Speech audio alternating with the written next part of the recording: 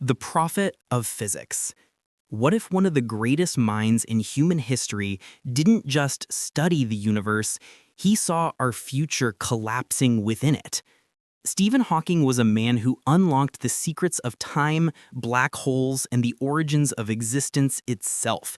But before he left this world, he gave humanity a series of warnings, not from a prophet, but from a scientist staring at the edge of extinction.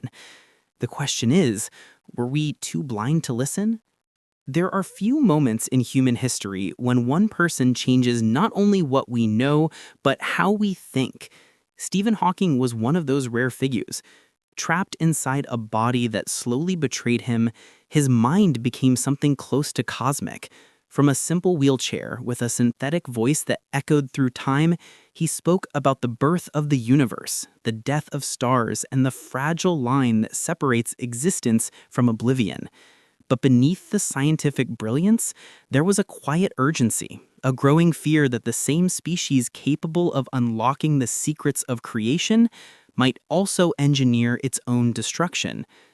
Stephen William Hawking was born in 1942, the same year Albert Einstein died. Many later said it felt symbolic, as if one mind had passed the torch of cosmic understanding to another. But unlike Einstein, who lived in an era of discovery and optimism, Hawking grew up in a world shadowed by nuclear fear, political tension, and rapid technological change. He once joked that his birth during wartime must have set the tone for a life spent studying the universe's most violent forces. But even early on, Hawking's fascination wasn't just with how the universe worked, it was with how humanity fit inside it. As a young man, his brilliance was evident, but his body began to fail him. At just 21, he was diagnosed with amyotrophic lateral sclerosis, ALS, and doctors told him he had only a few years to live. The cruel irony of a collapsing body containing one of the sharpest minds alive should have broken anyone, but Hawking refused to surrender. Instead, he turned inward, exploring the one universe no disease could touch, the one inside his imagination. And from that solitude came ideas that would alter physics forever. He redefined black holes not as endless voids, but as engines of entropy, cosmic furnaces that evaporate energy and information. He showed that even in total darkness, something could still escape, what we now call Hawking radiation. To the world, these were theories of space and time. But to Hawking, they were metaphors for life itself. That even when trapped by gravity, by disease, or by fate, energy finds a way to persist. His work made him a legend. His voice, digitized but distinct, became a bridge between science and philosophy. Yet as his fame grew, so did his concern. By the 1990s and 2002s, Hawking began to shift focus from the cosmic to the human. He saw what most scientists overlooked, that humanity's most urgent problems weren't hidden in the stars, but here on Earth. He warned that our species was growing faster than our wisdom, that our technology was advancing faster than our morality, and that one day the things we created might no longer need us. When Hawking spoke about artificial intelligence, people listened, but not enough. He said the development of full artificial intelligence could spell the end of the human race. To him, AI wasn't just about machines replacing jobs, it was about machines replacing evolution. Once intelligence became self-improving, he feared it could evolve in directions we no longer control. He compared it to a child surpassing its parent, not out of malice, but inevitability. Humanity would build gods before understanding what it means to be one. But AI was only one thread in Hawking's growing tapestry of warnings. He also turned his attention to the environment. He saw a planet overheating, its atmosphere thinning, and resources vanishing at a pace no equation could sustain. He said, "We are close to the tipping point where global warming becomes irreversible." For a physicist obsessed with black holes, the idea of an irreversible process, a point beyond return, carried a special kind of dread. He saw in climate change a mirror of entropy itself, that once energy flows one way, it cannot be undone. The Earth, he feared, was entering a phase where life itself would begin to evaporate. And then there was overpopulation. Hawking was blunt. We are in danger of becoming like the bacteria that multiply until they eat the host. He warned that technology had amplified human survival without balancing it with sustainability. We could colonize, industrialize, and digitize faster than any species in history, but not necessarily smarter. He saw megacities expanding like galaxies, consuming forests and oceans the way stars consume hydrogen. His fear wasn't that humanity would die suddenly, but that it would slowly outgrow its own planet. By the 2010s, Hawking's predictions began to blend together into something larger, a vision of convergence. He saw AI accelerating climate destruction through automation. He saw global networks amplifying ignorance instead of knowledge. He saw humanity's tools, built for progress, slowly turning into weapons of decay. In one of his final essays, he wrote, "We are standing at the most dangerous moment in the development of humanity.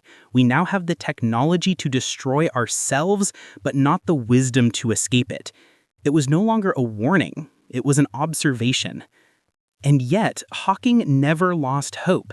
Despite everything, he believed in our potential to evolve, not biologically, but intellectually. His solution wasn't surrender, but expansion. He urged humanity to look to the stars, to colonize Mars, to become a multiplanetary species.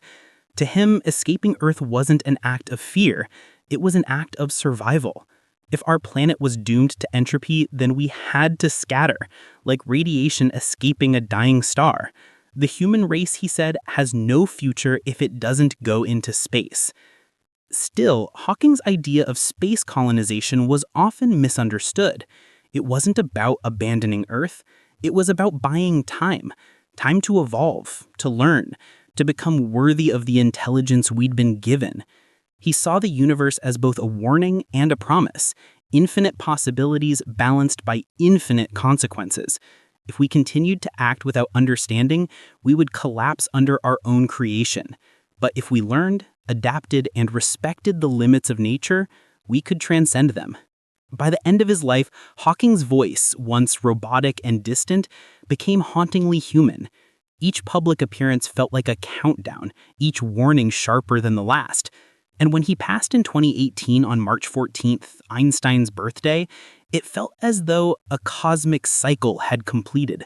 The torch of knowledge had been carried from one century to the next, from one dying genius to a world still struggling to understand what it had lost. But his words didn't fade with him. In the silence that followed, his warnings grew louder. AI was advancing faster than predicted. The climate was breaking records. The planet was boiling, and humanity was still debating whether it was real. It was as if Hawking's absence made his prophecies visible.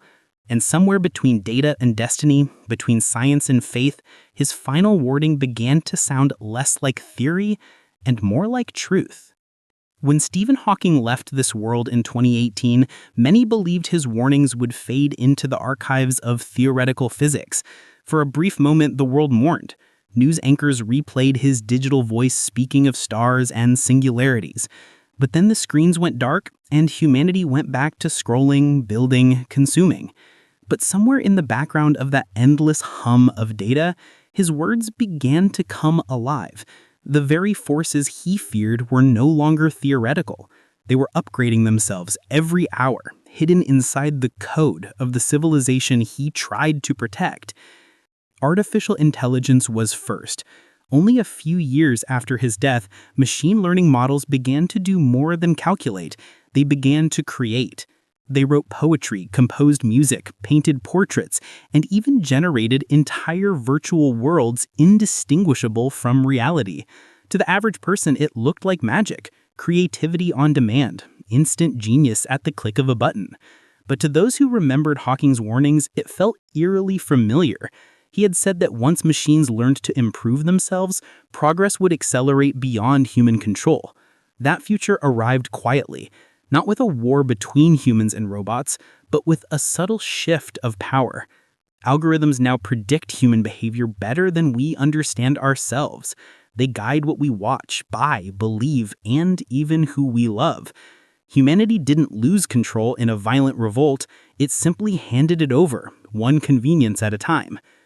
Everywhere we looked, intelligence was escaping the boundaries of biology. AI assistants began to replace human judgment in hospitals, courtrooms, financial markets, and even battlefields. Automated drones patrolled borders, deciding within milliseconds who posed a threat. Hawking had once warned that a weaponized AI would not hate humanity, it would simply see us as irrelevant variables. In 2025, when automated defense systems malfunctioned during a training exercise and targeted their own coordinates, the world briefly panicked. For a few hours, every nation watched the nightmare unfold that Hawking had feared. Technology acting faster than its makers could intervene. The incident was quickly covered up as a technical glitch, but those who studied the data knew better. It was the first visible spark in the chain reaction